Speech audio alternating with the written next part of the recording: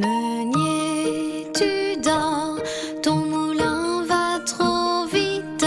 Meunier, tu dors, ton moulin va trop fort. Tu dors, ton moulin va trop vite. Meunier, tu dors, ton moulin va trop fort.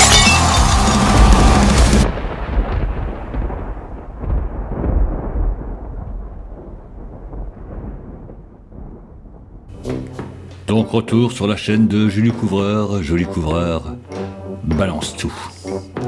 En quelques mots, Joli Couvreur nous montre son vrai visage. Eh bien, bienvenue sur ma petite chaîne en avant l'histoire, la chaîne qui vous déshabille. Alors nous avons fait déjà plusieurs vidéos sur la chaîne de Madame Joli Couvreur et sa seule réponse a été ce genre de vidéo. Aucun démenti scientifique n'a été fait sur sa chaîne. Même sur les pierres d'Ical, la pire des vidéos, enfin je veux dire c'est un truc qui est débunké en 5 minutes. Même ça, elle n'a même pas réagi. Bref, Madame Couvreur, comment dire, pour reprendre une expression un peu vulgaire, mais de ma jeunesse, Joli Couvreur s'en bat le steak. Non, elle continue son petit train-train quotidien. Tout va bien, je vais bien. Donc je vais commencer par un commentaire qui m'a inspiré la musique du générique, c'est pour ça que je le cite aujourd'hui. Cherchez-vous à faire des vues en citant Monsieur Lasserre, j'ai arrêté au bout de 10 minutes, vous ne faites qu'apporter de l'eau à son moulin en ne prouvant rien. Bon rêve. Voyez un peu le niveau des suiveurs alternatifs. Voilà. C'est un monsieur qui m'accuse de vouloir faire des vues. Alors c'est vraiment pas le cas. Enfin, ce serait bien de faire des vues, mais c'est pas le but du tout. J'ai arrêté au bout de 10 minutes, vous ne faites qu'apporter de l'eau à son moulin, on ne prouve rien. Voilà, c'est une personne qui a regardé 10 minutes d'une vidéo de plus d'1 heure et qui a conclu qu'on n'a porté aucun argument scientifique. Et il nous dit bon rêve. Alors, qui c'est qui rêve dans ce cas-là? Nom de Dieu, quoi. Mais quel monde de fou. Et puis voilà, ça s'est gratiné, c'est un commentaire de Michel Lasserre sous la vidéo d'Éric Le Saint sur Nurea TV. Eric, j'attendais une vidéo comme celle-ci parce que les livres ont tendance à me gonfler. Impressionnant. Voilà. Monsieur Michel Lasserre, les livres d'histoire le gonflent. Voilà, donc il critique l'histoire et l'archéologie sans lire de livres. C'est un truc de fou fouillot. Et il s'en vante en plus. Il s'en vante. Alors, ça explique tout, quoi. Ça explique vraiment tout. Donc ça le gonfle.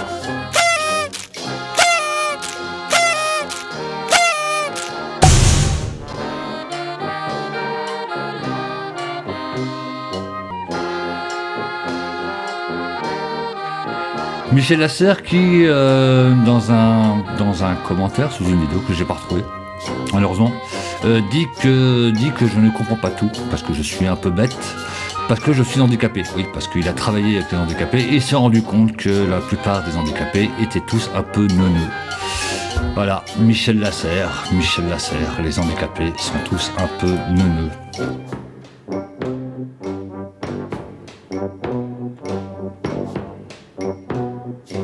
Aujourd'hui, je vais citer Monsieur Claude Chabrol, réalisateur français.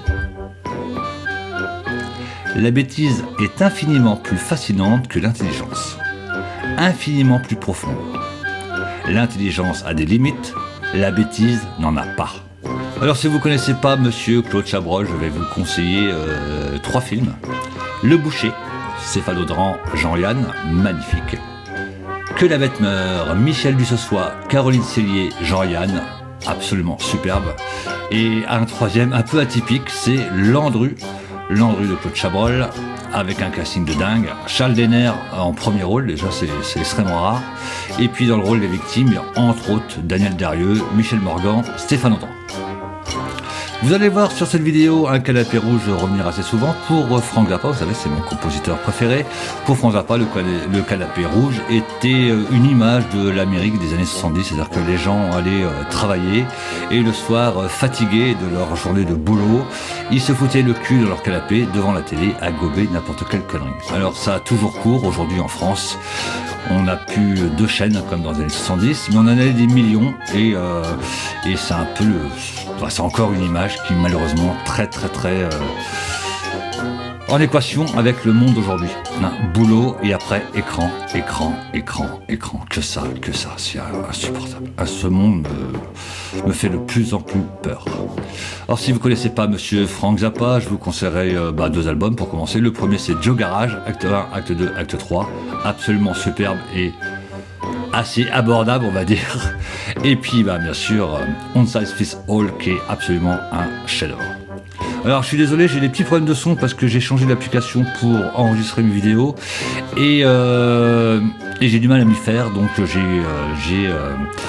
j'ai configuré le mauvais micro et vous allez voir souvent ma tête, enfin le haut de ma tête, ma casquette, parce que je ne peux plus rien mettre à l'écran pour l'instant de l'éclat, donc j'avais ma tablette sur mes genoux et je passe mon temps à regarder ma tablette pour regarder mes notes. Alors mille excuses, et c'est parti, je rejoins Alexis, c'est parti mon kiki. Allez, bon visionnage.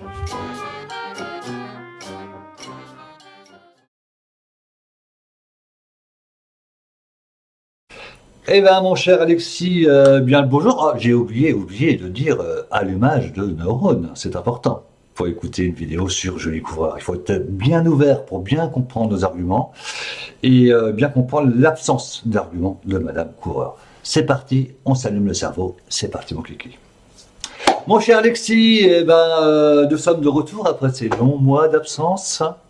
Oui, c'est de ma faute, c'est pas la faute d'Alexis, c'est de ma faute. Vous savez bien qu'Alexis me force à faire des vidéos, donc il me harcèle tout le temps, et là j'ai cédé, j'ai enfin cédé. Non, j'ai envoyé à faire... pardon ? J'ai envoyé une carte postale par jour. C'est ça, des belles cartes postales d'ailleurs, des magnifiques. Des belles cartes postales, voilà. Oui, non, je voulais absolument revenir sur la vidéo que j'ai découvert, je balance tout, parce que c'est vraiment un beau résumé de ses croyances, un très beau résumé de ses croyances. Et puis il y a des termes qui sont assez éloquents. Par exemple, au début de sa vidéo, elle dit « La vérité qui dérange, mes vidéos éveillent ». Alors moi, quand je vois les commentaires sous ces vidéos, j'ai pas l'impression que les gens soient très éveillés. Enfin, il y en a certains qui le sont peut-être dans la vie de tous les jours. Mais en tout cas, sous les vidéos, ça sent pas l'éveil à plein nez, quand même, pas dire. Et les vidéos dérangent, oui, elles dérangent parce qu'on n'arrête pas de prouver qu'elles ne disent absolument pas la vérité comme elles prétendent, en fait. C'est plutôt même tout le contraire. Donc la vidéo dure 14 minutes où Julie Couvreur nous parle de ses croyances. Alors on va remettre dans le contexte. Alexis, tu vas nous expliquer ce que c'est que la différence entre la croyance et puis, croire à des choses extraterrestres ou autres, et croire aux scientifiques, parce qu'on peut le dire, on croit à la science. Absolument. Alors, il y a plein d'études sur la question de la croyance, de qu'est-ce que croire, parce que y a tous des croyances. Alors, l'exemple qui n'est pas de moi, qui est de Monsieur Bronner, mais qui est très parlante, c'est je rentre chez moi et j'ai envie d'un verre de lait et je crois qu'il y a du lait dans mon frigo. Et je crois. Je sais pas, parce que tant que je n'ai pas ouvert le frigo, peut-être que le lait a été pris par quelqu'un d'autre. Donc c'est une croyance au sens strict du terme. Mais ce qui fait ensuite la différence entre croyance et savoir, c'est ça, c'est que j'objective ma croyance. J'ouvre le frigo, je retrouve ma bouteille de lait, donc ma croyance est vérifiée, ou je ne retrouve pas mon verre de lait, ma croyance n'est pas vérifiée, je croyais qu'il y avait du lait, il n'y en a pas, mais j'ai objectivé ma connaissance. Et c'est ça la différence. Croire, la manière de croire de manière générale, c'est ne pas objectiver quelque chose. À partir du moment où on a objectivé un élément, évidemment, on passe dans le savoir, dans la connaissance. Alors, comme on ne peut pas tout savoir, eh bien, tu donnais l'exemple de on croit à la science. Il y a des domaines de science dans lesquels on n'est pas bon, on n'est pas tous très bons, en archéologie, en physique quantique, en astrophysique, en paléologie. Donc évidemment, on se fie à des gens dont le métier, bah, c'est de savoir, justement, c'est de comprendre ces choses-là. Donc d'objectiver les connaissances à travers leurs études, les méthodes qui ont été appliquées, le regard des autres chercheurs sur le même domaine, et ça permet d'avancer. Par exemple, en histoire, en archéologie, on a des méthodes de travail, et on se sert d'autres sciences, d'autres champs de recherche. La géologie, la paléographie, la linguistique, voilà, ça c'est des champs de recherche différents. Moi, je suis pas spécialiste de paléographie, donc je me fie à des gens qui ont fait de la paléographie et qui ont mis en avant leurs connaissances, et je me sers de leurs travaux. Et bon, voilà, ça va me permettre d'avancer. Alors, paléographie, en fait, je connais un mode de paléographie, pas tous, donc je me fie aux travaux des autres. En géologie, j'ai eu des cours de géologie généraux, mais je suis pas un géologue. Je suis pas capable de faire de la géologie, donc bah, je me sers des travaux des géologues pour comprendre. Voilà. Donc j'objective ma connaissance pour m'en servir et pour produire du savoir. Chez les croyants, de manière générale, bah, on n'objective pas. On dit, je crois, les pyramides sont en laine de verre, voilà, point. Mais je vérifie pas que c'est de la laine de verre. Je vais pas chercher les travaux de il devait faire très très froid en Égypte à l'ère glaciaire, donc je pense qu'ils l'ont bien isolé pour faire des soins énergétiques. C'est quand même mieux à poil, dans un espace bien chauffé, quoi. C'est mieux. Voilà. Et puis c'est moins cher. Ça fait, voilà. Il suffit d'une bûche pour chauffer l'ensemble. Voilà, c'est ça. Conservation de la chaleur. Ça, c'est proprement de la croyance. Absolument. Et là, le scientifique, lui, il peut croire éventuellement que les pyramides d'Égypte sont des saunas ou je ne sais quoi. Il peut le croire. Et après, il constate sur le terrain. Et là, il s'aperçoit qu'il a tort. Donc, il fait d'autres conclusions. Voilà. Et si c'est pas sa spécialité, si ce scientifique, il est spécialiste de sismologie, eh ben, il va se fier à des travaux de gens dont c'est la spécialité de travailler sur les structures égyptiennes, donc des égyptologues par exemple pour ça, ou si c'est sur les Mayas, des mayologues, enfin voilà, c'est ça le principe de la science.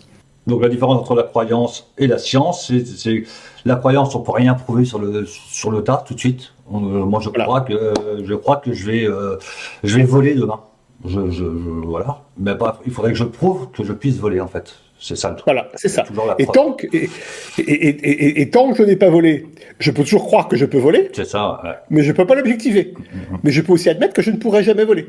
En disant non. J'ai des éléments objectifs. Je suis pas sûr que j'ai des éléments objectifs qui permettent de dire, voilà, je ne suis pas un pélican.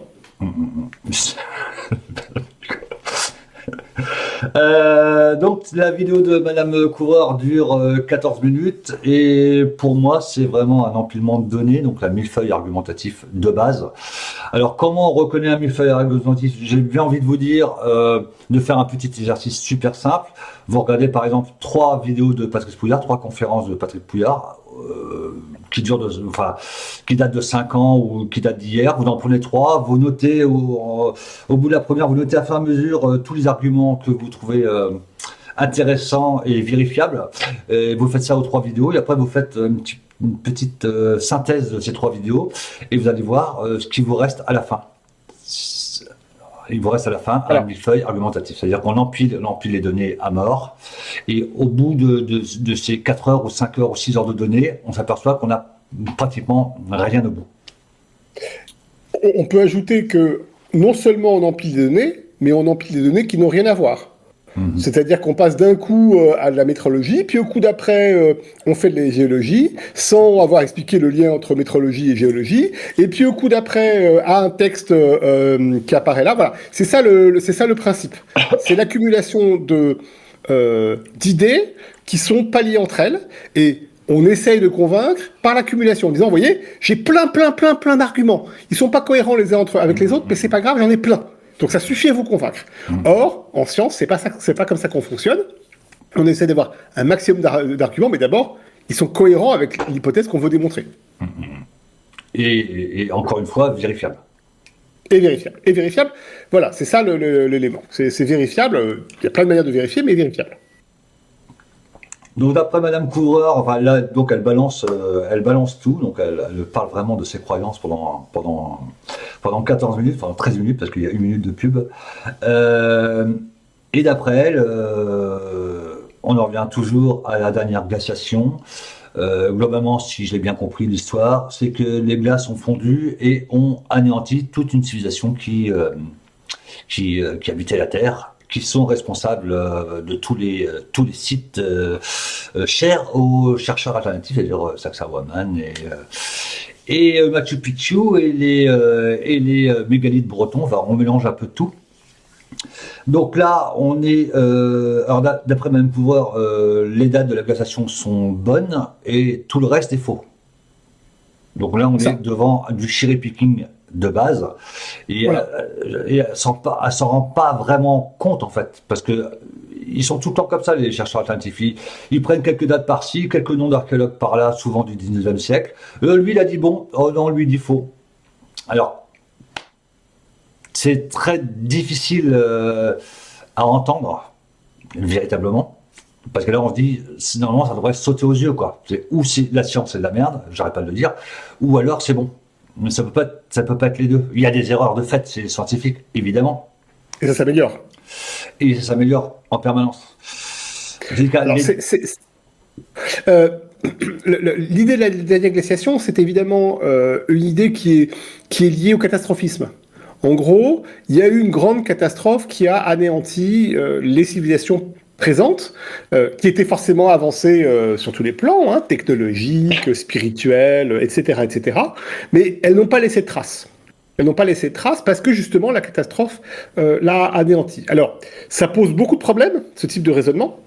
Commençons d'abord par un truc de base, c'est qu'en général, sous les catastrophes, il y a des traces. Donc s'il y avait vraiment eu des catastrophes, on aurait trouvé des traces en dessous. Bon. Deuxième problème, c'est qu'une catastrophe, en général, c'est assez soudain. La catastrophe elle-même, après les effets peuvent durer, mais une comète, c'est pas très long l'explosion d'une comète. Je veux dire, elle met pas des semaines et des semaines à exploser. Donc bon, les effets en revanche sont très longs, et donc ça laisse des traces assez fortes. Et là, la dernière glaciation, eh ben, elle n'est pas très rapide. Alors, elle est rapide à l'échelle géologique et paléoclimatique, mais à l'échelle humaine, ça dure quand même plus de 5000 ans, avec des alternances de phase chaude et de phase froide. Donc évidemment, ça ne correspond pas à une catastrophe. Alors même en prenant, et on y reviendra après probablement, le Dryas récent, hein, le Dryas 3, ça reste des phénomènes assez longs.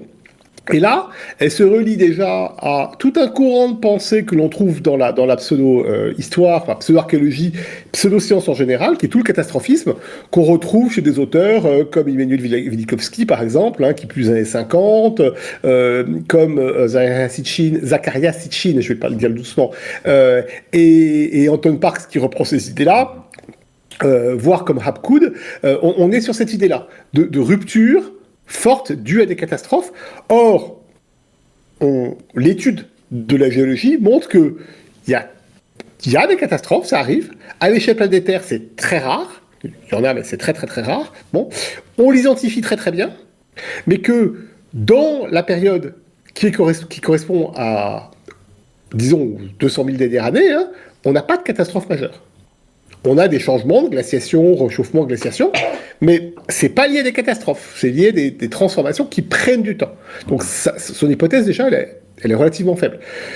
Il suffit, et on le mettra bien sûr en bibliographie, de prendre un manuel de géologie ou de paléoclimatique et d'avoir d'abord la manière dont on sait ça. On le sait notamment par l'étude des calottes glaciaires, où on récupère un certain nombre d'informations qui va être de voir l'évolution, en gros, du CO2, de la température, d'un certain nombre de particules qui restent, hein, et ensuite de voir comment les géologues et les paléoclimatologues ont compris et évalué l'évolution de la Terre, disons, dans les 100 000 dernières années. Mais ça ne correspond pas du tout à cette idée de catastrophe. Non, puis en plus, ils l'ont fait dans les hauteurs des montagnes andines, hein. Il y a encore des glaciers, donc ils ont fait des forages, des carottages, et là ils ont bien vu le climat sur pas mal d'années, et il n'y a pas eu de grands changements climatiques, et surtout il y a eu des grands changements climatiques, mais pas du jour au lendemain, et surtout dans ces carottes de glace, on n'a pas retrouvé de pistol laser non plus, encore une fois. Voilà,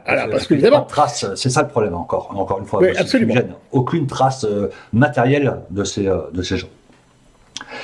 On va revenir sur la glaciation dans 2 minutes, parce qu'elle nous parle aussi alors d'après, il y a des preuves irréfutables, ce sont les listes sumériennes.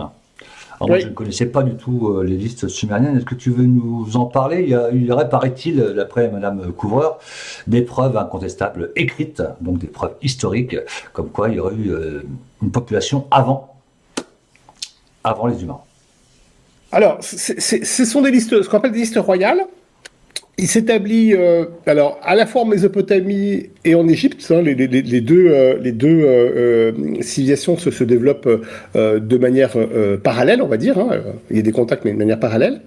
Et une des choses, notamment dans le monde mésopotamien, qui est un peu différent du monde égyptien, va se créer des listes royales. L'idée étant de montrer qu'on est légitime, que le pouvoir est légitime. C'est ça qui est mis en avant. La différence principale, c'est que, en gros, le pouvoir égyptien est un pouvoir assez centralisé. Il y a un souverain qui domine l'Égypte entière, alors pas tout le temps, mais on parle de l'Ancien Empire, hein, alors que le monde mésopotamien, donc au sens large du terme, est plutôt un monde de cité. Et qu'évidemment, il faut montrer que on est le roi régnant de la bonne cité, et quand la cité en domine plusieurs, évidemment montrer qu'on est légitime. Et on va, pour cela, créer des listes royales, voilà, des listes royales qui vont être maintenues.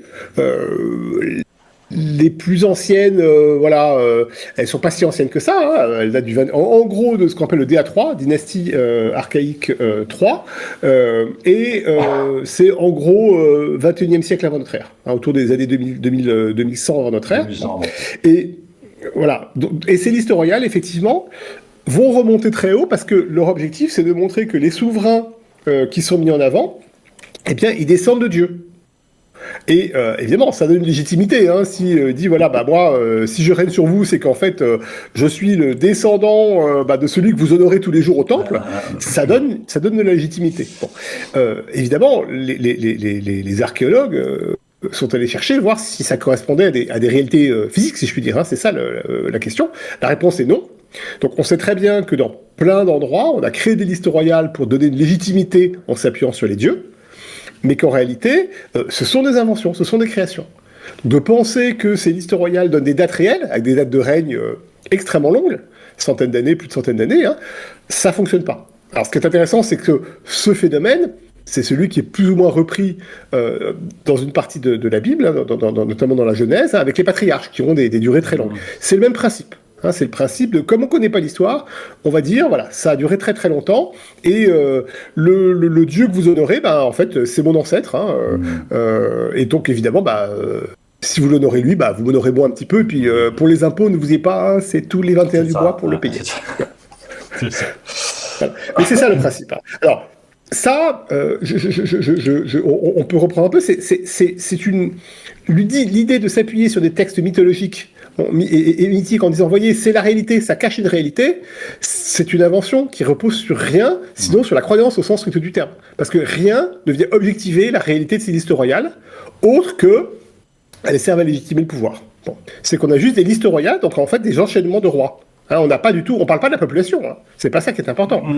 On dit simplement, voilà, tel souverain, il s'appelle comme ça, il a régné tant de temps. Tel souverain, il s'appelle comme ça, il a régné tant de temps, etc. etc. Évidemment, les premiers souverains sont des dieux. Voilà, c'est ce que je voulais dire. Enfin, ce qui est noté dans les tablettes, c'est que les premiers souverains sont des dieux. Est-ce qu'on peut interpréter les dieux comme des aliens ou des Atlantes ou je ne sais pas? Après, c'est juste, encore une fois, c'est juste de la croyance. Voilà, Il n'y a parce rien que sur les tablettes qui laisse à penser que ces dieux sont réels. Non, mais c'est effectivement un des éléments qui est employé, notamment par ceux qui sont tenants de la théorie des anciens astronautes, c'est de dire que ces listes royales, c'est ce qu'on appelle de l'évémérisme, hein, représentent des réalités. Donc ces dieux sont des personnages qui ont existé, qui ne sont pas humains, parce qu'ils ont vécu trop longtemps, hein, effectivement, mais c'est ça qui est mis en avant. Voilà, c'est ça qui est dit, voilà, tel dieu, hein, en fait, c'est pas un homme, c'est quelqu'un qui vient un extraterrestre. Voilà. Le problème, encore une fois, c'est que ces listes royales, c'est des listes pures. Hein, on n'a pas tellement, il y a très très peu d'éléments dessus, et à aucun moment on les qualifie différemment, ou à un moment on dit il y a une rupture très nette parce qu'il y a eu une catastrophe quelconque. On comprend mieux le vocabulaire du coup de Julie Couvreur en disant les dieux. C'est ça. On en parle quand même souvent, des dieux, quoi. Alors, ce qui permet en plus aux chercheurs, outre le fait que rien ne correspond en termes de date à ces listes royales, c'est que les règnes, très souvent, les années de règne sont données sur des multiples de 12 ou d'autres systèmes de tables. Hein. Voilà, par exemple, il est dit que un roi a régné 28 800 ans. Voilà, et en fait, c'est un multiple hein, qui est employé. Hein, c'est des multiples de 12 en général qui sont employés. Voilà, et ces systèmes sont là. Alors, la seule chose, c'est que dans certaines listes, hein, donc la liste des Rudu par exemple, on parle du déluge, mais ça, on sait que le déluge, c'est effectivement un mythe qui est inventé plutôt en Mésopotamie. En parlant du déluge, moi, ça me pose plein de questions problématiques, véritablement, parce que si la fonte des glaces au drillage récent a fait disparaître toute une population, les eaux ont monté et les gens sont tous morts noyés. Alors, vous voyez devant vous, déjà c'est une carte de l'Amérique du Sud, vous voyez que déjà toutes les Andes au drillage récent étaient sous les glaces. Donc ça veut dire qu'il y avait une population qui habitait là, qui ont construit Machu Picchu, sur les glaces. Donc déjà, qui étaient ces bâtisseurs? Des Esquimaux, des Pingouins, je me pose vraiment la question. Déjà, tout était sur les glaces. Nous sommes à 2400 mètres d'altitude, le Machu Picchu. Vous voyez devant vos yeux, ça c'est un site en Bretagne, donc niveau 0. Ce site, c'est à côté d'Arzon, dans le golfe du Morbihan. Ce sont des blocs, des petits blocs, ils font à peu près 3,50 m de hauteur pour les plus hauts. Et vous voyez ce cercle, ce magnifique cercle, la moitié est dans l'eau. Alors, c'est un effet d'optique hein, sur la photo que vous avez devant les yeux. C'est pas profond, hein, c'est juste la mer qui fait l'eau. On a vraiment l'impression que c'est très profond, mais en fait, c'est vraiment en pente douce. Donc, s'il y a un tsunami, c'est fort. On le sait parce qu'aujourd'hui, on a des images des tsunamis. Je parle vraiment ce qui s'est passé en Asie et au Japon en 2011. C'est vraiment une catastrophe. D'ailleurs, je vais vous montrer quelques images d'un tsunami et je reprends tout de suite après. Images. Donc, vous voyez...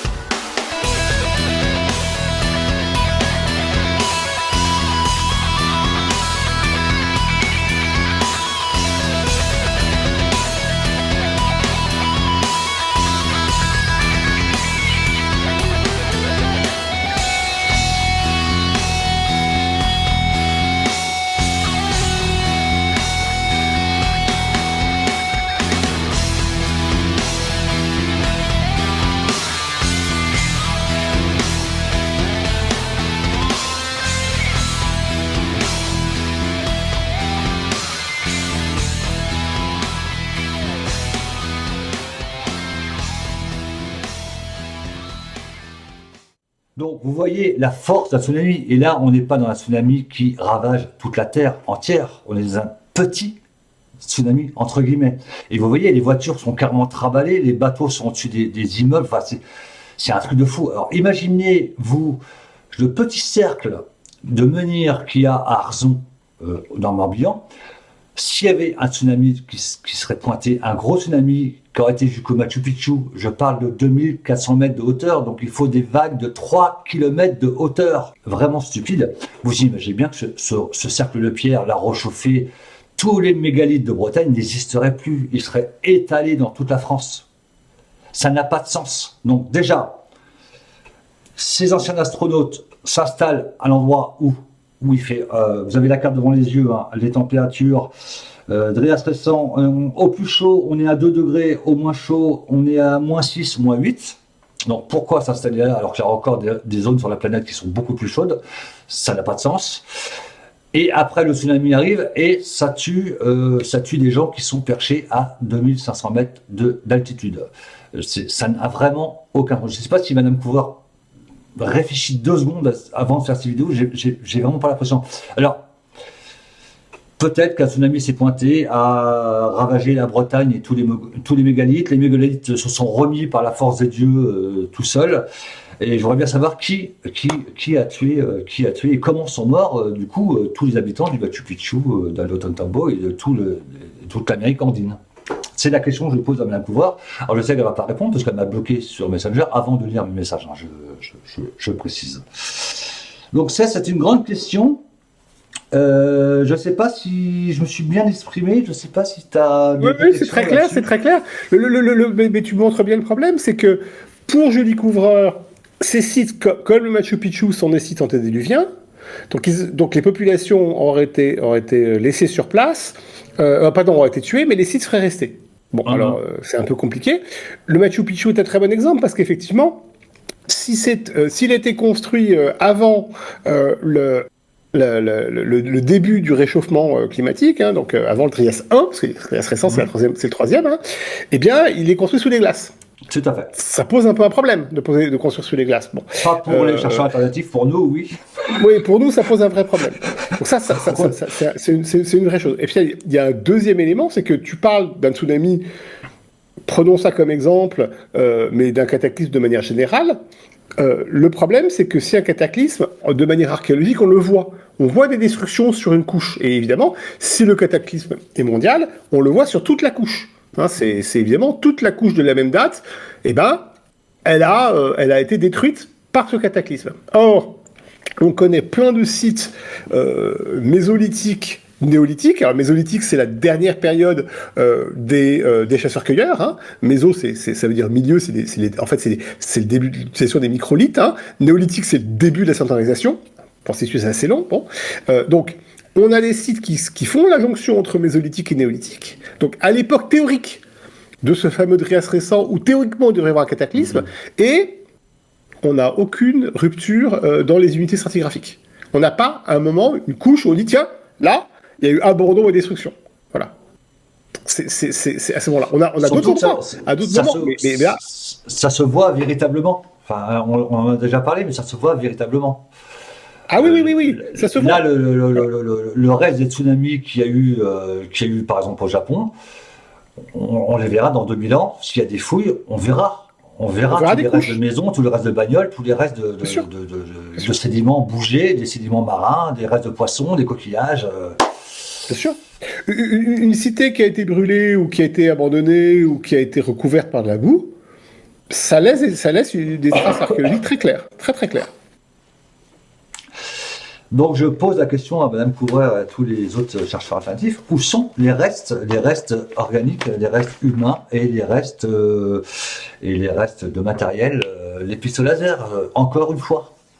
Où sont-ils? Quelque chose à rajouter sur cette glaciation, sur la fonte des glaces? Non, la datation, la datation, enfin, voilà, on est ce que l'on disait au départ, hein, on est sur cette question du catastrophisme, hein, trouver une catastrophe qui a tout détruite, sauf qu'on n'a aucune preuve géologique de cette catastrophe. Ça pose un problème. Ben, ça leur pose pas de problème parce que eux, ils ne font que lire des gens qui disent qu'il y a eu et sans preuve, en fait. Absolument. Alors, ça le problème, en fait. Il y a évidemment, avec les auteurs, encore une fois, on les a cités, hein, mais c'est des auteurs qui, en général, n'apportent pas de preuve de ça. Ils vont prendre 2-3 éléments et dire, vous voyez, dans tel texte, on parle d'une destruction, donc c'est la destruction mondiale. Mais bon, sans contextualiser le texte, ça paraît difficile. Elle nous parle aussi d'un site en Inde qui s'appelle le Dwarka, si je prononce bien. Et là, elle ne se rend pas compte à quel point elle dit des énormités. Elle dit que ce site date de l'âge du bronze, mais il est antédiluvien. Voilà. Les deux en même temps. c'est vraiment, avec Davarka, on est sur un site, on est sur un site qui est assez connu, hein, qui est assez fouillé, mais on est vraiment dans le principe du millefeuille argumentatif. Hein, c'est-à-dire qu'en gros, elle prend un truc qui n'a pas de rapport avec le reste et elle va le mêler à son raisonnement. Alors, l'âge du bronze, c'est quoi? Alors c'est variable en Inde, c'est un poil plus tardif, mais pas beaucoup plus tardif, mais c'est un poil plus tardif. En gros, c'est l'âge à partir duquel les hommes commencent à utiliser du bronze, donc un alliage de cuivre, et soit d'arsenic, soit d'étain. Et ça se situe en général autour de 3500 avant notre ère en Mésopotamie. Et ce qu'on sait pour le site de Davarka, c'est que c'est un port qui se développe à partir à peu près du milieu du 2e millénaire avant notre ère. Donc on a des datations, on a des bonnes datations. Hein, c'est quelque chose, c'est quelque chose qui est assez solide. Bon, mais là, voilà, elle nous dit, voilà, ce site, en fait, il aurait été détruit, il y aurait eu quelque chose d'extrêmement violent. Alors, bon, en cherchant un peu, hein, on voit qu'elle va piocher chez d'autres auteurs. A priori, Graham Hancock, parce que c'est lui qui en parle le plus, hein, voilà. Donc, bon, voilà, Graham Hancock dit ça correspond. Je vais pas aller chercher un bouquin d'archéo-indienne, hein, c'est pas la peine, hein, ça sert à rien. Hein. Il y a des très très bons Madame Couvreur et c'est passionnant. Le développement du néolithique indien, c'est un truc passionnant. Et je prends pour dit quelque chose que je n'ai pas vérifié, que je n'ai pas objectivé. Donc on est bien dans la croyance. Ouais, parce qu'il y a des restes du port sous l'eau, en fait. Oui. Bon, bah, ça, comme on en a en aussi. Égypte aussi, Voilà, on en a à Alexandrie, on en a en Grèce. Enfin, c'est pas une nouveauté. À Rome, on a trouvé des sites aussi. Absolument. Non, c'est tout à fait. Voilà. Rien de montée des eaux. On ne conteste pas la montée des eaux. Bien sûr. Bah, c'est l'incohérence. Âge du bronze, antédiluvien. Ouais, c'est ça. Âge du bronze, antédiluvien. C'est l'âge du bronze. Alors tout l'âge du bronze est antédiluvien. Après, Madame Couvreur nous fait de la pub. Hein, c'est Didier Colac qui disait non, Madame Couvreur ne fait jamais de pub sur sa chaîne. Non, si, elle fait de la pub. Alors moi aussi, je vais faire de la pub.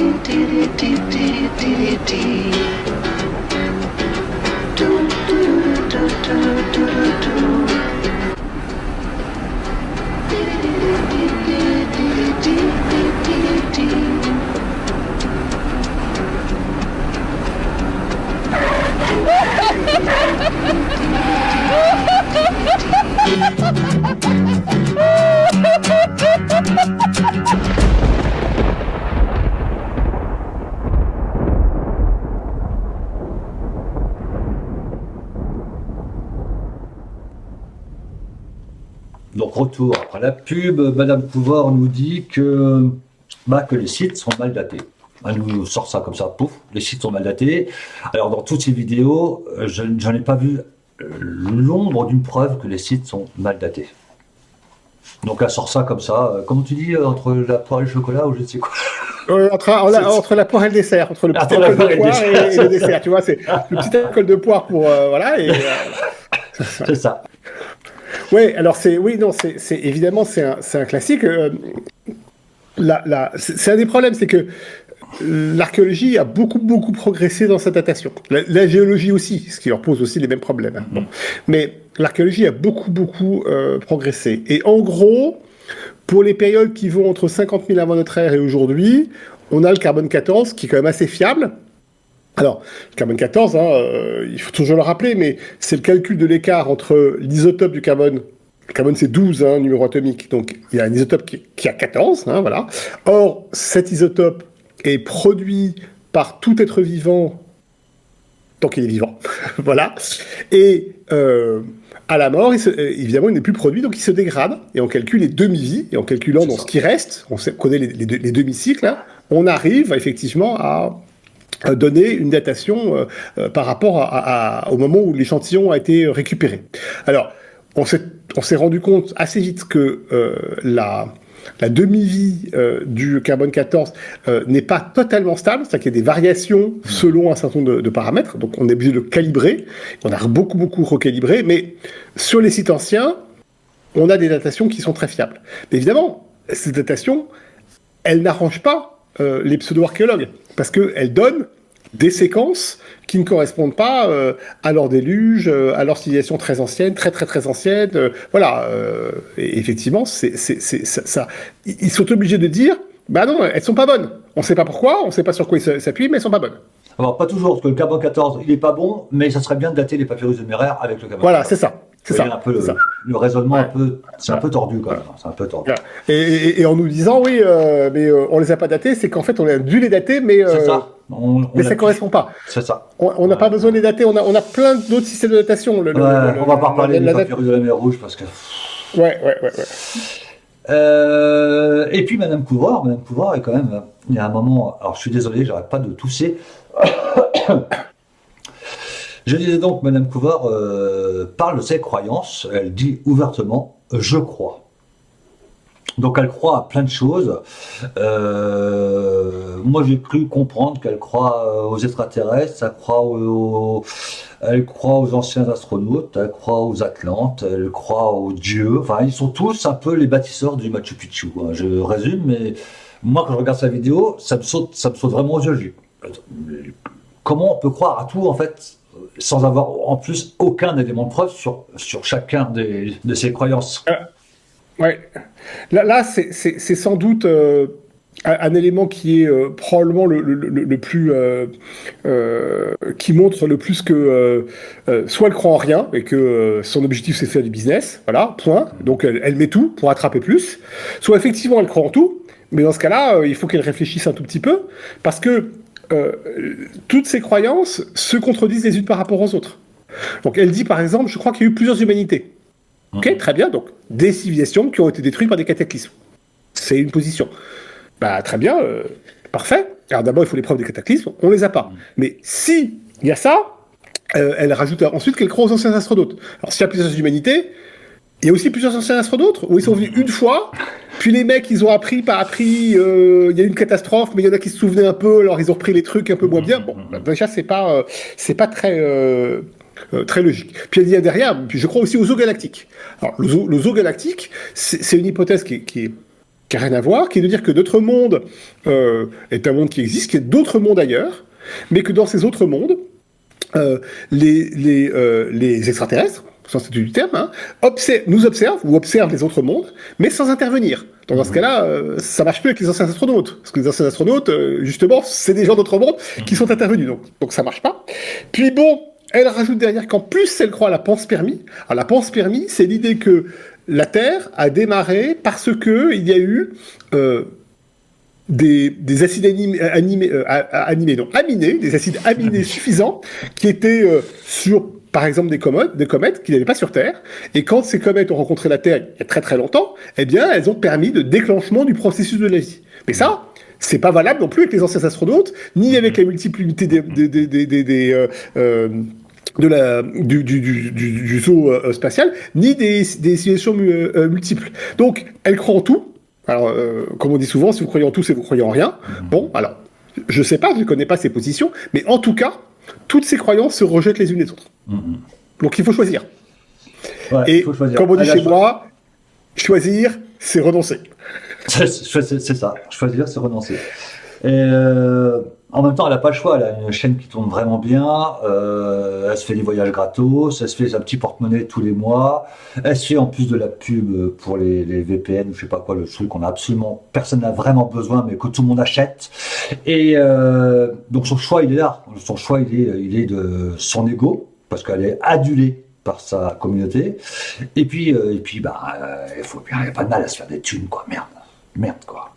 Non, alors, Donc moi j'ai un petit souci avec les extraterrestres, enfin tout ce qui est entité extraterrestre, c'est que, alors je pense, enfin je crois qu'il y a peu de chances qu'on soit seul dans l'univers ou dans les univers, hein, c'est tellement immense qu'il y a.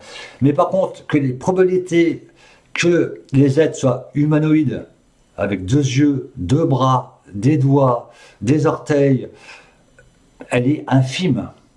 elle est extrêmement fine parce que pour construire des vaisseaux spatiaux, pour venir sur Terre, il faut au minimum 4 doigts et un pouce pour construire des petits objets. C'est quand même vachement plus simple.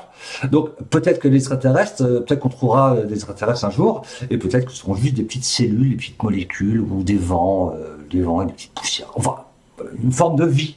De vie, ça ne veut pas dire humanoïde, deux jambes, deux bras, un cerveau, deux yeux. Enfin, ça n'a aucun sens. Les anciens astronautes, il y a une chance sur des centaines de milliards et de milliards qu'ils soient comme nous, en fait.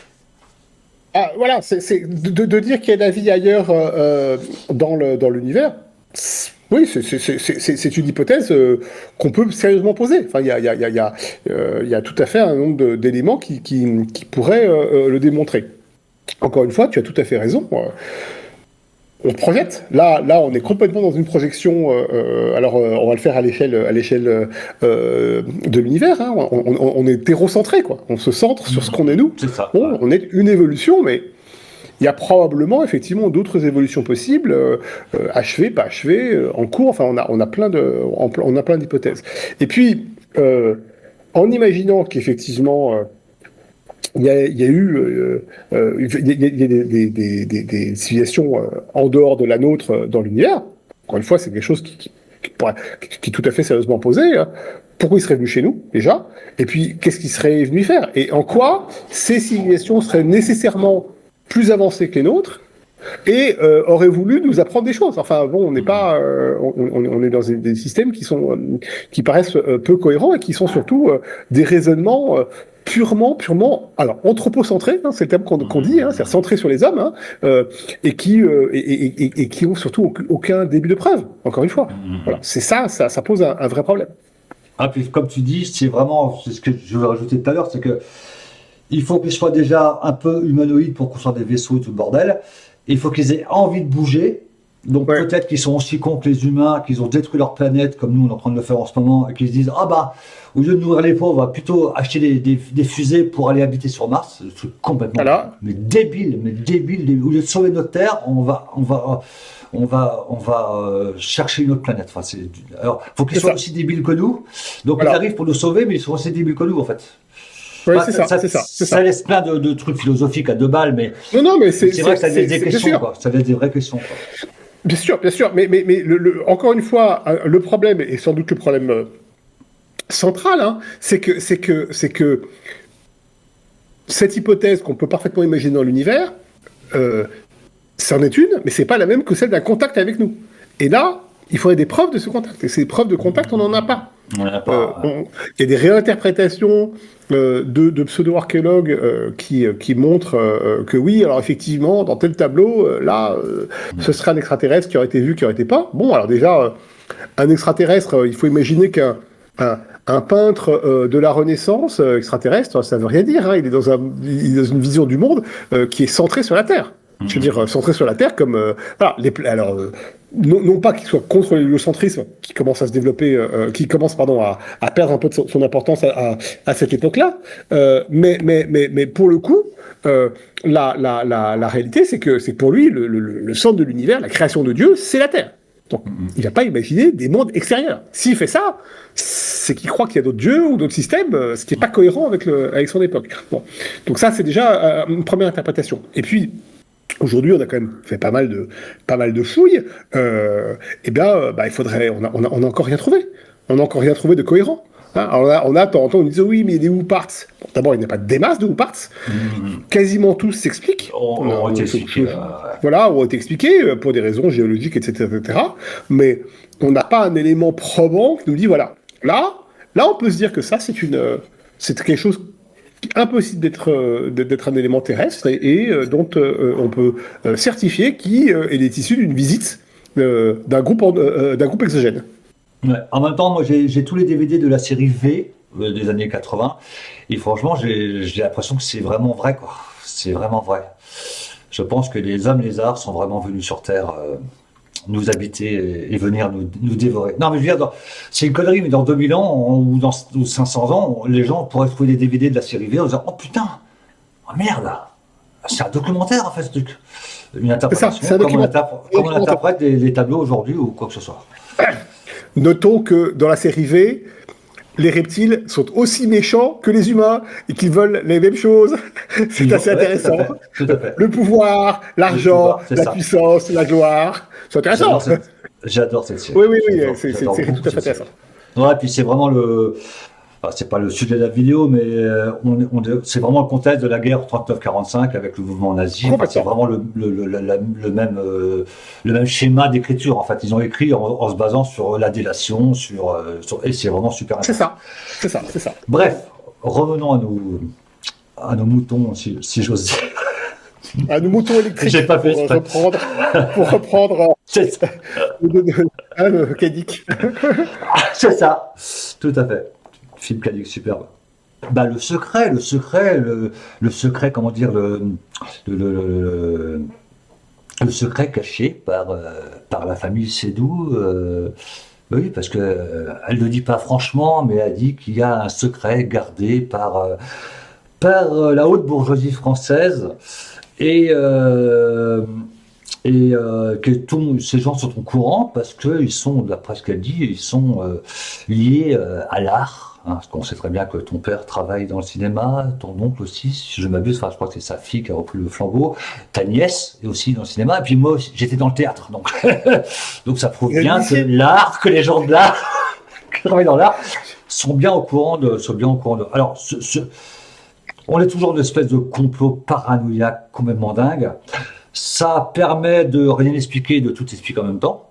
Tu t'appelles Sédou et tu fais des vidéos sur YouTube, donc le complot, il vient des Sédou. Alors moi, je vous le dis, je ne m'appelle pas Sédou. Ma famille ne fait pas partie de la haute bourgeoisie française. Et pourtant, je suis là à faire des vidéos parce que je lis des livres, en fait. Tu vois, il ne suffit pas de s'appeler Sédou ou comme moi. Il suffit juste de lire des livres. Voilà. Et si je fais des vidéos, c'est pas parce que j'ai une famille différente qui est dans le cinéma, parce que moi je suis pas dans le cinéma, mais c'est parce que je lis des livres aussi. C'est ça, c'est mon métier. Mon métier, c'est être historien et archéologue. Et je rappelle que de la famille Sédou, à ma connaissance, tu es le seul à faire des vidéos de debunk. Oui, je suis le seul. Je suis pas le seul à travailler. Voilà, je suis pas le seul à travailler sur des sujets proches, voilà, mais à être sur le debunk. Pour l'instant, je suis le seul. Donc le secret, on voudrait bien des preuves de ce secret, on voudrait bien des preuves de ce complot, on voudrait bien des preuves que la famille Sédou ou autre famille de haute bourgeoisie française est capable de mentir à toute une population et capable de faire mentir des milliers et des milliers d'archéologues. On en revient toujours aux mêmes questions, mais malheureusement, ils n'ont pas le soupçon, pas l'ombre d'une preuve en fait. Je pense qu'effectivement, il faut partir de cette idée qui paraît quand même très étonnante, c'est que ces choses-là seraient connues par certains, ces fameux, on met tout, les anciens astronautes, les multiples civilisations, la panspermie, le zoo spatial. Certains le sauraient, ce serait un secret transmis de génération en génération, pour le garder, pourquoi on n'en sait rien. Bon. Ce secret, il serait inscrit dans les monuments. Ça, évidemment, il faudrait savoir pourquoi. Alors, bon, c'est pas mal, mais il faudrait vraiment réussir à faire le lien de monument à monument depuis l'aube des temps jusqu'à aujourd'hui pour savoir quel monument conserve ce secret. Parce que, voilà, c'est comment on le passe d'un à un autre. Bon, évidemment, ça n'a pas de sens. Le tout est évidemment étant gardé secret par certains, mais certains sont des initiés qui savent. Voilà. Et évidemment, c'est ça qui joue un rôle. Mais là, on est dans la classique théorie des sociétés secrètes ou autres qui resteraient, qui régneraient sur la Terre. C'est un peu complotiste quand même. Ça l'est totalement.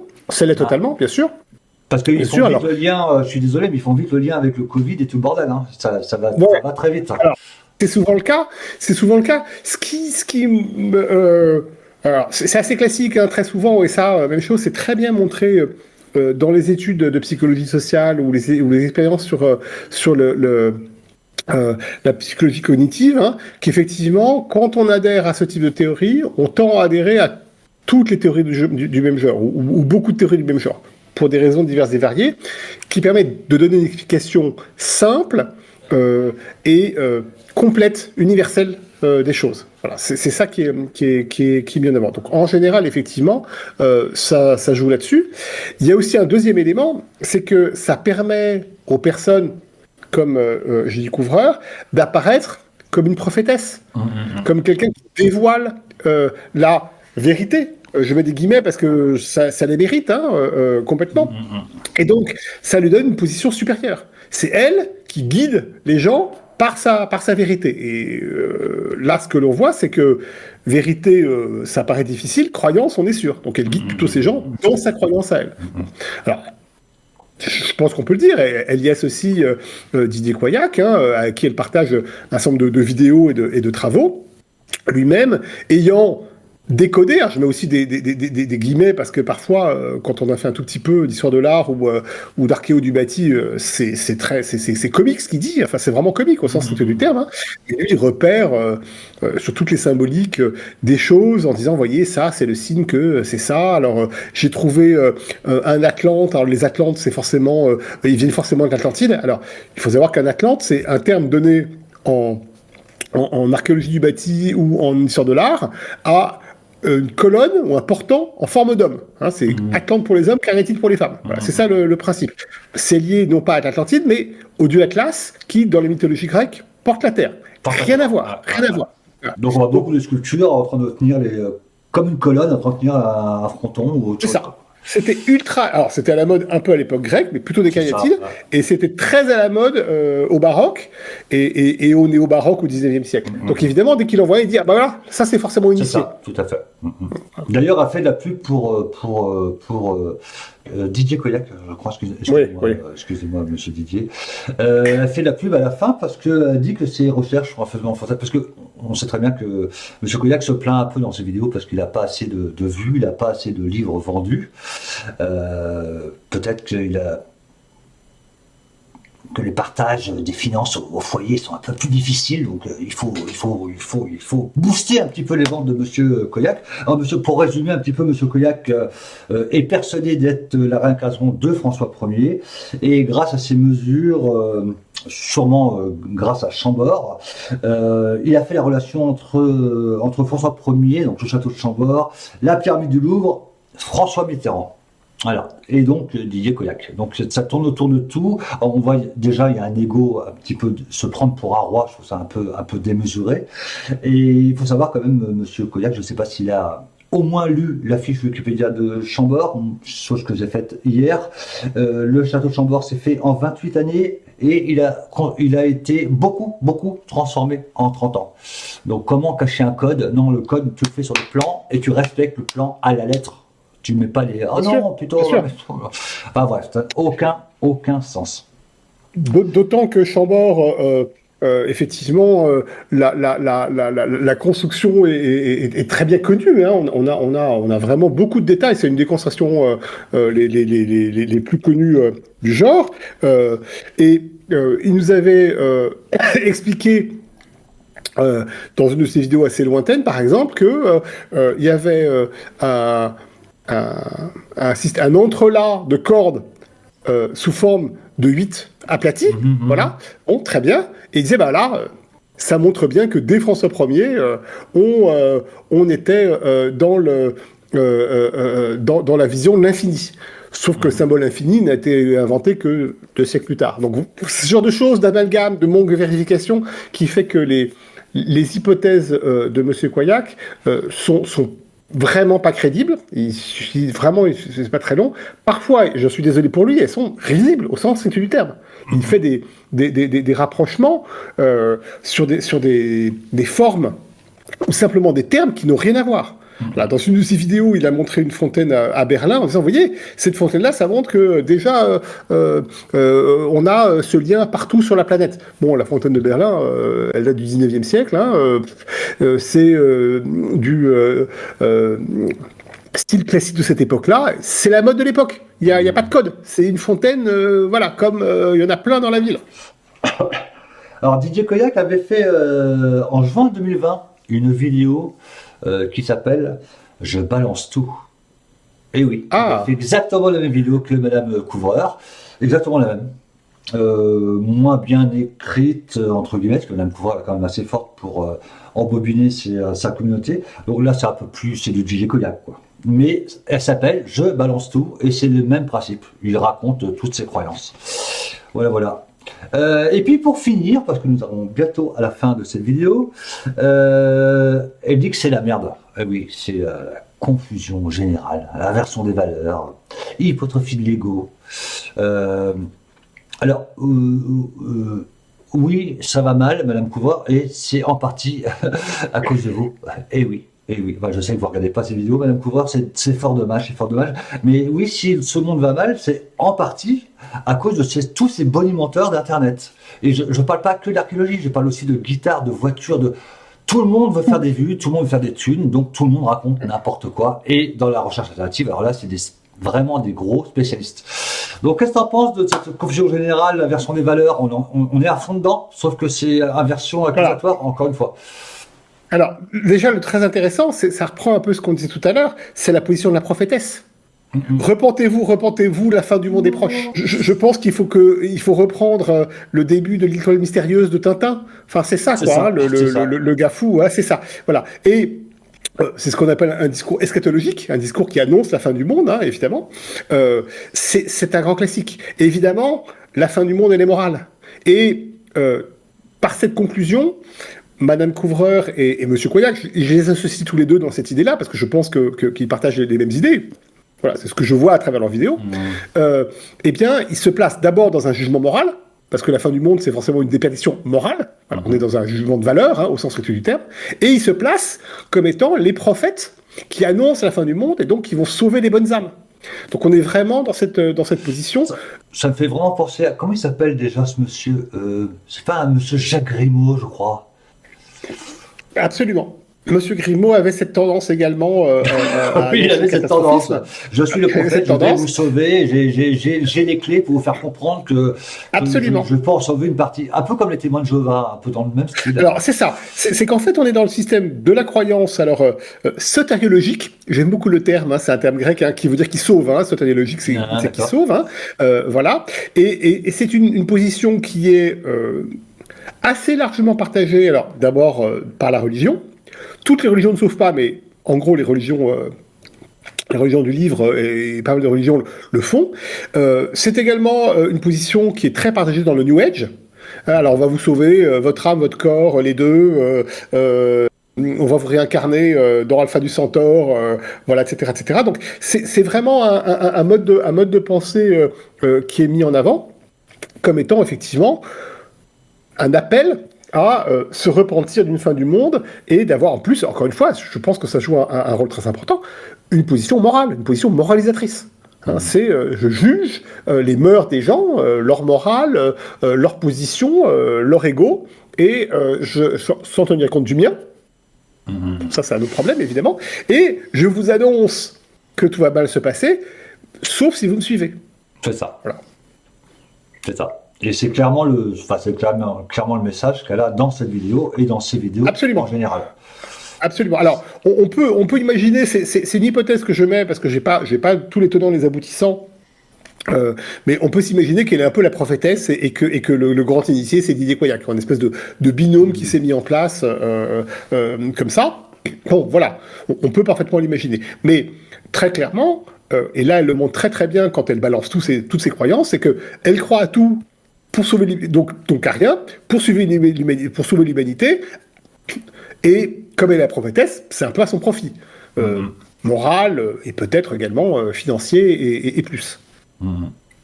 J'aimerais bien savoir ce qu'elle pense, enfin ce qu'elle croit du reste des chercheurs alternatifs. On n'en sait rien. Elle cite essentiellement, alors, elle cite quelques auteurs, un peu Graham Hancock de temps en temps,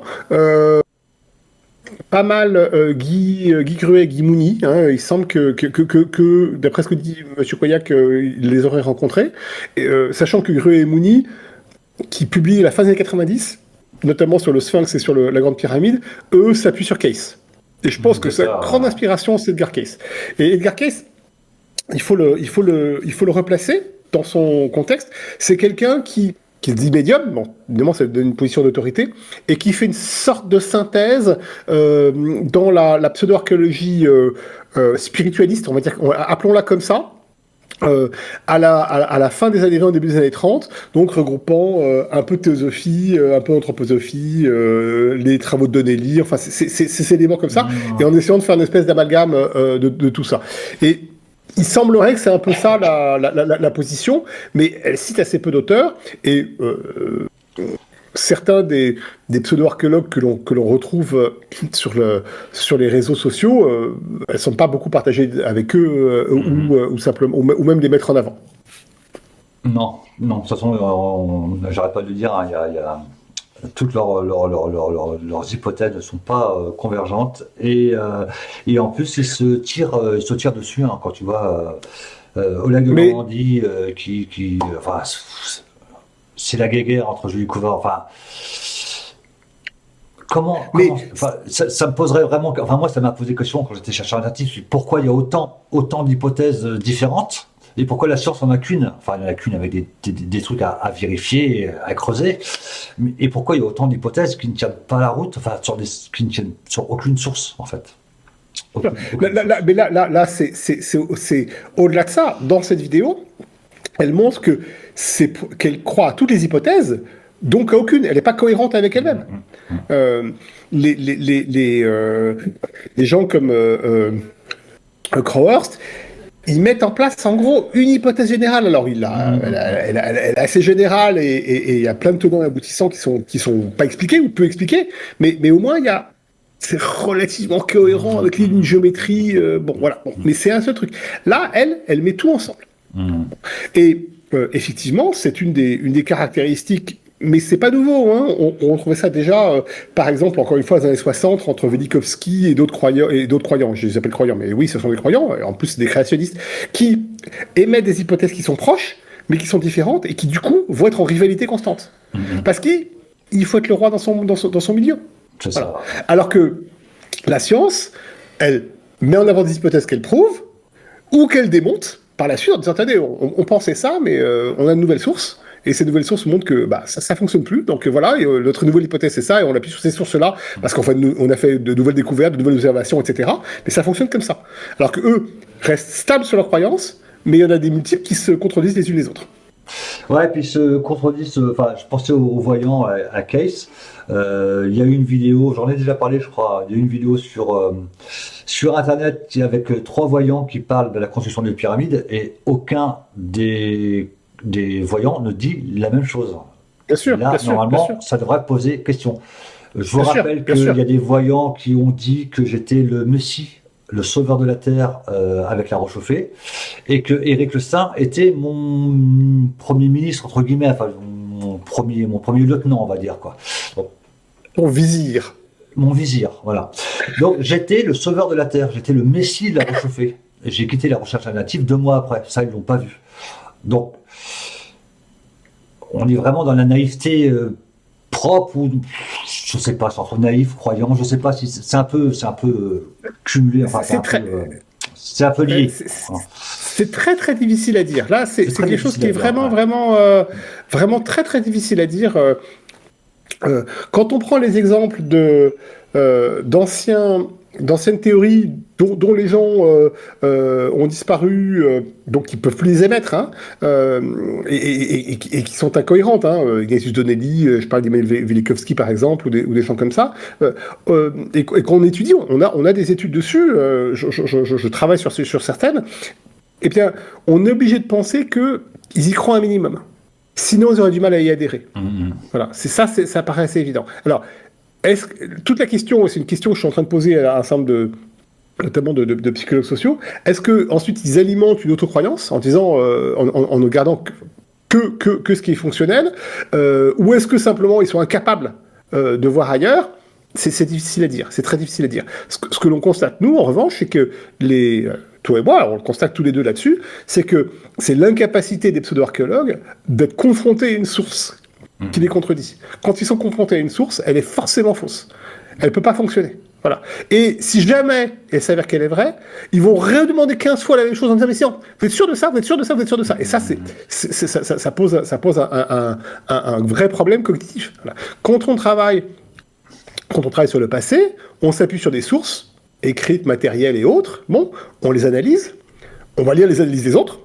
pour savoir si on est d'accord et cohérent. Bon, mais si cette source existe et qu'elle dit quelque chose, eh ben, on va modifier son hypothèse par rapport à la source. On va pas dire, ah non, ça colle pas à mon hypothèse, donc la source, je l'écarte, j'en veux plus, ça ne va pas du tout. Et c'est ça le problème, C'est que, par exemple, les hypothèses sur la construction des pyramides, puisqu'on en parle tout le temps, elles ont évolué parce qu'on a des sources supplémentaires. Et que ces sources supplémentaires nous ont fait évoluer des choses. Et c'est pas, c'est pas un voyant voilà. Qu'a fourni les sources. Absolument.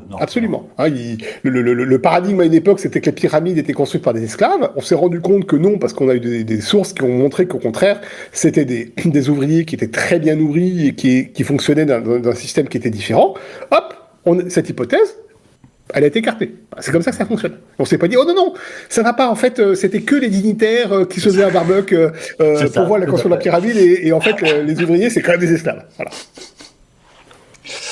Ok, qu'est-ce qu'on peut conclure d'une vidéo comme ça en 3 mots, quoi? En 3 mots. Oulala. Oulala. Non. Au secours. Au secours, c'est que des mots. Non, je vais essayer de faire court et de ne pas rajouter de choses. Je crois qu'il y a 2 éléments essentiels. Le premier, c'est que elle croit à tellement de choses différentes que, en fait, elle croit rien, ou alors il y a un problème cognitif parce que les choses sont opposées les unes aux autres. Et la deuxième chose, c'est que ces croyances ne sont pas objectivées. Il n'y a aucune source qui est mise en avant. De temps en temps, on sort un truc, un site, une liste royale, le Dogger Bank qui serait un continent fleuri sous la glace, mais fleurit quand même. Voilà. Et c'est ça qui est aussi très peu cohérent. Ça, j'adore. J'adore le continent fleuri, verdoyant sous la glace. Moi, j'adore. C'est génial. Ah, c'est génial. Parce que là, on se rend vraiment. C'est réfrigéré. C'est vraiment incohérent au possible. Et normalement, on devrait se rendre compte que ça n'a pas de sens. Ça n'a vraiment pas de sens. Voilà. Moi, je pense, et c'est ma dernière conclusion, que ce type de vidéo devrait faire réfléchir, notamment les croyants, sur le problème que ça pose, d'avoir une telle étendue, de croire à des choses tellement différentes les unes des autres. Ça montre qu'en réalité, soit, effectivement, elle croit en tout ça, mais elle n'est pas cohérente et son hypothèse ne fonctionne pas, soit elle croit en rien et qu'elle essaye de se faire une notoriété sur Internet. Chose qui est faite déjà. Oui, mais encore plus. Encore plus, voilà. Et bah écoute, moi je voulais rien rajouter de plus, j'en ai fini. Ah si, je voulais quand même dire, si Madame Couvreur ou Monsieur Didier Colac regarde cette vidéo, comme vous m'avez bloqué, je ne peux pas vous écrire, je vais vous parler directement. Je vous invite sur ma petite chaîne à nous prouver qu'on a tort. Voilà. Alors j'avais déjà invité Madame Couvreur, hein. Elle n'a pas lu mes messages, mais elle m'a bloqué. Eh ben on va s'arrêter là, non? Oui. Qu'est-ce que t'en penses? On en a dit assez, 14 minutes, on va faire encore 1h30. Bah oui, toujours pareil, hein, il faut 14 minutes, c'est assez facile à faire, hein, pour faire un millefeuille. Mais par contre, pour casser ce millefeuille, pour le décortiquer, bah, il faut minimum 1 heure. Voilà. Parce qu'il y a normalement, c'est l'inverse, hein, c'est plus haut de faire un millefeuille que de le manger. Mais là, c'est l'inverse. Là, c'est l'inverse. Alexis, je te remercie bien. C'est moi qui te remercie. On va essayer d'enchaîner un petit peu des vidéos. Alors, on a plein. Je sais, mais c'est ma faute, c'est ma très grande faute. C'est ma faute. Non, te fouette pas, ça sert à rien. Voilà. Bon, sur ce, nous avons fini et bah, on vous dit au revoir et puis j'espère véritablement à bientôt. Bon alors, au revoir et à bientôt et on en fera d'autres. C'est ça. Allez, ciao.